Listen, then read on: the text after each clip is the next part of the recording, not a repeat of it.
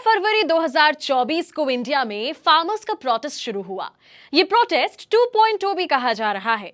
कुछ दिन पहले शुरू हुआ ये प्रोटेस्ट कब तक चलेगा किसानों का, ये तो कोई नहीं कह सकता। 2020-21 में भी किसानों का प्रोटेस्ट हुआ था। इस बार हुए प्रोटेस्ट के लिए फार्मर्स की वैसे तो बहुत सारी मांगे हैं, पर एक मुद्दा जो सबसे इंपॉर्टेंट है वो है एमएसपी यानी मिनिमम सपोर्ट प्राइस का। डेमोक्रेसी की यही खास बात है कि वो सबको अपनी बात रखने की आजादी देती है। इंडिया में तो फार्मर्स का प्रोटेस्ट चल ही रहा है, पर इसके अलावा ऐसे और भी देश हैं जहां इस वक्त फार्मर्स प्रोटेस्ट हो रहे हैं।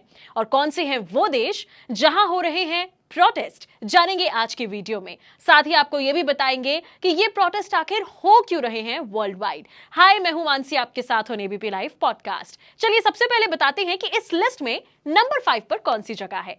It's France. फ्रांस में 18 जनवरी को प्रोटेस्ट शुरू हुआ। ये प्रोटेस्ट फार्मर्स ने शुरू किया।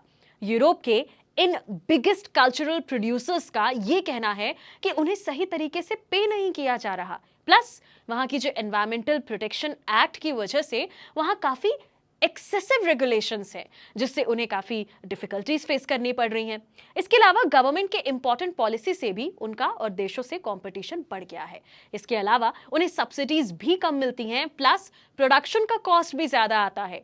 इसके अलावा यूरोपियन पॉलिसीज की वजह से पेस्टिसाइड्स के यूज को कंट्रोल करने को लेकर भी यहाँ के किसान खासी नाराज हैं। इन सब कारणों के चलते फार्मर्स ने यहां प्रोटेस्ट किया। यहां के दो largest agricultural unions, the young farmers and the French acronym for the national federation of farmer unions, इन्होंने प्रोटेस्ट में काफी इंपॉर्टेंट रोल निभाया। इन्हीं दिनों पेरिस में रोड ब्लॉक भी किया गया। अब इस प्रोटेस्ट की वजह से वहां की गवर्नमेंट ने उनकी कुछ मांगे सुनी हैं। French governments announced 400 million euros in measures aimed at addressing their concerns. मतलब 400 मिलियन यूरोज उनकी प्रॉब्लम को सॉल्व करने के लिए यूज किया जाएगा। इसके अलावा गवर्नमेंट ने कुछ सब्सिडीज में भी मदद करने का ऐलान किया है। अब आगे बढ़ते हैं, इटली में हो रहे फार्मर्स प्रोटेस्ट की बात करते हैं।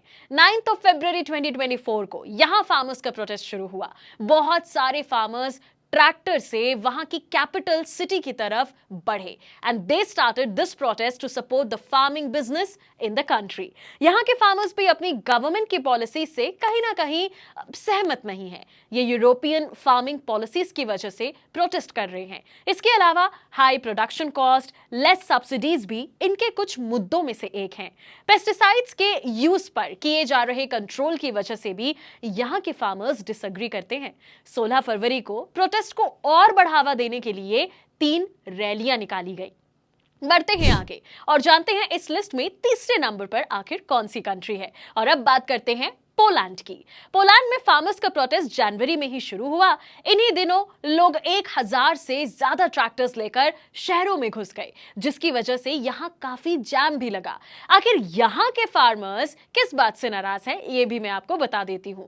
दरअसल यूक्रेन से हो रहे चीप इंपोर्ट की वजह से यहां के फार्मर्स काफी अफेक्टेड हैं। उनका कहना है कि बीते साल यानी 2023 में स्टोरेज वेयर हाउसेस यूक्रेन से आए अनाजों से भर गए थे और इस वजह से वहां प्राइस में लास्ट ईयर 40% तक की गिरावट आई। इसके अलावा पोलिश शुगर, मिल्क और मीट की डिमांड भी कम हो गई और अब एग्रीकल्चर सेक्टर में इन्वेस्टमेंट भी कम हो गया है। और इन सब के बीच यूरोपियन पॉलिसीज को लेकर तो इनका प्रोटेस्ट चल ही रहा है।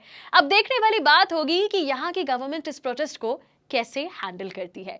बढ़ते हैं आगे और इस लिस्ट के दूसरे नंबर वाले देश पर पहुंचते हैं। जर्मनी की बात करते हैं। जर्मनी का ये फार्मर्स प्रोटेस्ट शुरू जनवरी में हुआ और रिपोर्ट्स की अगर हम माने तो ये प्रोटेस्ट शुरू हुआ है क्योंकि यहाँ के फार्मर्स नाराज हैं कि उन्हें सब्सिडीज काफी कम दी जा रही हैं।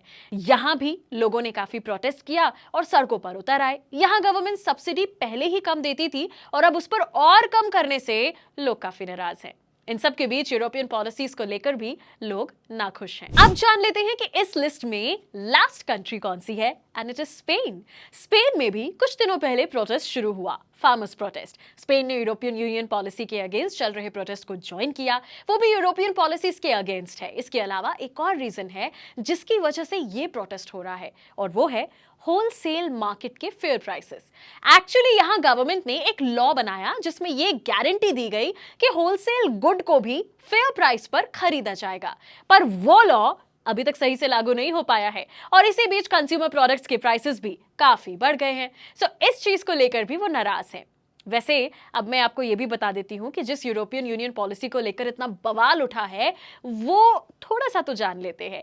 ईयू यानी यूरोपियन यूनियन का एग्रीकल्चरल पॉलिसी कवर करता है a wide range of areas, जैसे कि फूड क्वालिटी, ट्रेसेबिलिटी, ट्रेड और promotion of EU farm products. इनकी एक कॉमन एग्रीकल्चरल पॉलिसी है जो कि 1962 में लॉन्च हुई थी। The Common Agricultural Policy is a partnership between agriculture and society and between Europe and its farmers. इसका मेन मोटिव है to support farmers and improve agricultural productivity, ensuring a stable supply of affordable food, eco-friendly practices और sustainable growth को भी promote करता है। वक्त वक्त पर इसमें जरूरत के हिसाब से चेंजेस होते हैं। वैसे तो ये पॉलिसी काफी बड़ी है, पर जिस चीज को लेकर ज्यादा प्रोटेस्ट उठ रहे हैं वो less use of pesticides and few import policies हैं।